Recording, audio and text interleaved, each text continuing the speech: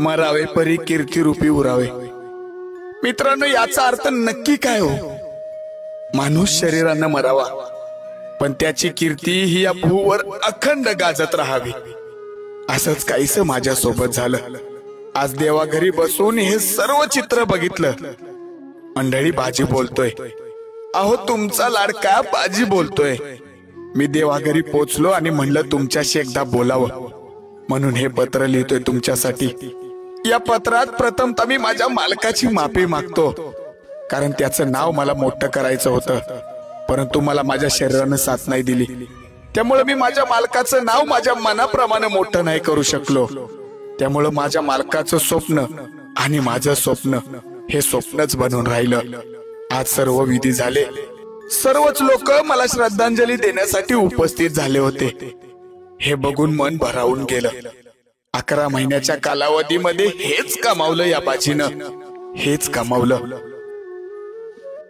आज माझी जी प्रतिमा समोर लावलेली आहे ना, तिला सर्व उपस्थित माणसांनी वंदन केलं।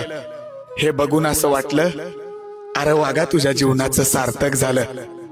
इथं आल्या आल्या मी देवाला सांगितलं, अरे माझ्या देवा, ए माझ्या राजा, अरे मी तुझं वाहन येणार।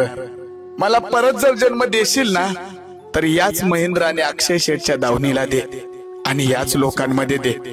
तसंच मंडळी, तुम्ही सर्व माणसं मला देवापेक्षा कमी नाही हो, कारण तुम्ही जे मला प्रेम दिलत ना, त्या प्रेमाची जागा नेहमीच माझ्या काळजाजवळ राहील। काळजाजवळच नाही तर काळजात राहील। या सर्व गोष्टी सांगत असताना तुम्हाला थोड्या जुन्या आठवणींकडे घेऊन जातो।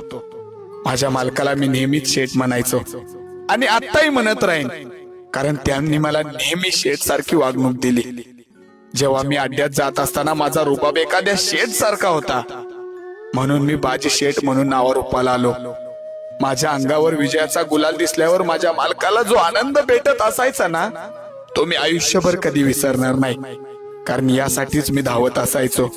मागच्या वर्षाची माझी पहिली शर्यत पाडगाव मध्ये झाली आणि तो पहिला गुलाल, तो पहिला विजयाचा जल्लोष मला आज पण आठवतो।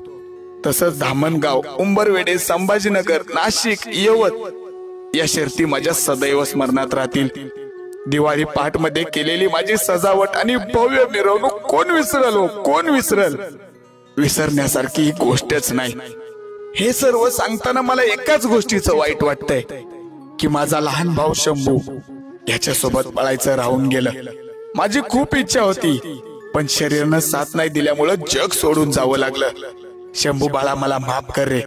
तुझा दादा तुझ्यासोबत असं कधीच वागणार नव्हता।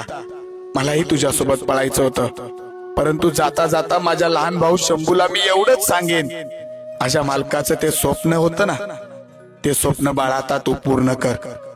मी देवाघरी जात असताना देवाला नेहमी विचारत राहिलो, अरे देवा, माझ्या मालकाचं नक्की कसं होईल, माझ्या शंभू बाळाचं कसं होईल? तेव्हा देवानी मला सांगितलं, तुझ्या मालकासाठी मी अजून मोठं काहीतरी लिहून ठेवलंय। हे ऐकून मी देवासोबत जायला तयार झालो।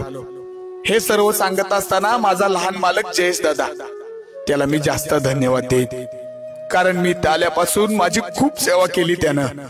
मला दूध पाजण्यापासून मला चारा घालण्यापर्यंत आणि माझ्या शेवटच्या क्षणापर्यंत तो माझ्या सोबत होता। माझ्यावर खूप प्रेम केलं त्यानं। मला माहिती आहे, माझ्या जाण्यानंतर सर्वात जास्त त्रास जर कुणाला झाला असेल तर माझ्या जयेश दादाला झाला असेल। एवढं सगळं सांगत असताना माझी बारकी आई आणि मोठी आई यांचे देखील मी आभार मानतो, कारण त्यांनी मला पोटच्या पोरासारखं सांभाळलं। माझ्या अंत्यविधीच्या वेळी त्यांचं रडणं अजूनपर्यंत माझ्या कानावर आहे। अगदी तसंच माझं म्हातारबाचं रडणंही मला अजून आठवणीत आहे।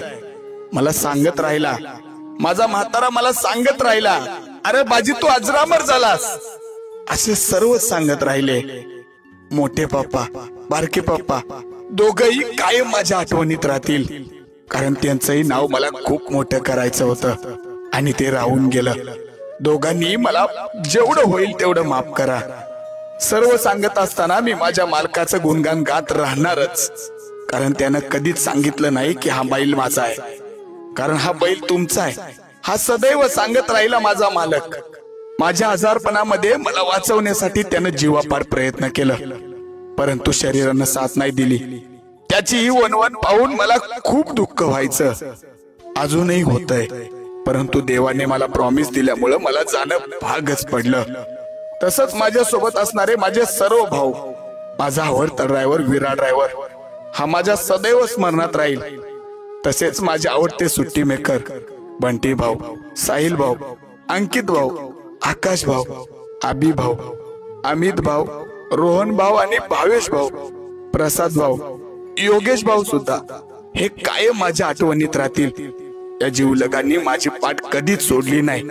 सुखात दुःखात ते नेहमी माझ्या सोबत अगदी खंबीरपणे उभे राहिले. माझे सगळे जीवलगांनो मला माफ करा. अरे तुमचं नाव मला अजून लय गाजवायचं होतं र. सगळं काही राहून गेलं. हे सगळं सांगत असताना माझ्या कायम आठवणीत राहणारा एक चेहरा, माझं सुंदर फोटो आणि व्हिडिओ काढणारा माझा कुणाल भाऊ माझ्या सदैव आठवणीत राहील. तसंच माझा लहान मालक सोंट्या भाऊ, याला कोण विसरल, कारण त्यानं सदैव माझ्यावर प्रेम केलं, अजूनही करत राहिला. माझ्या सर्व खाण्यापिण्याच्या जबाबदाऱ्या त्यांनी पार पाडल्या. जाता जाता माझ्या मालकाला मी एवढंच सांगेन, मी शरीराने जरी तुमच्यापासून गेलो असतो ना, तरी मनाने मात्र कायम तुमच्या सोबत आहे, कायम माझ्या त्या दावणीत आहे. माझं राहिलेलं काम माझे लहान भाऊ पूर्ण करतील. माझं राहिलेलं स्वप्न माझा शंभू दादा पूर्ण करेल. माझं काळीज माझा शंभू बाळ पूर्ण करेल.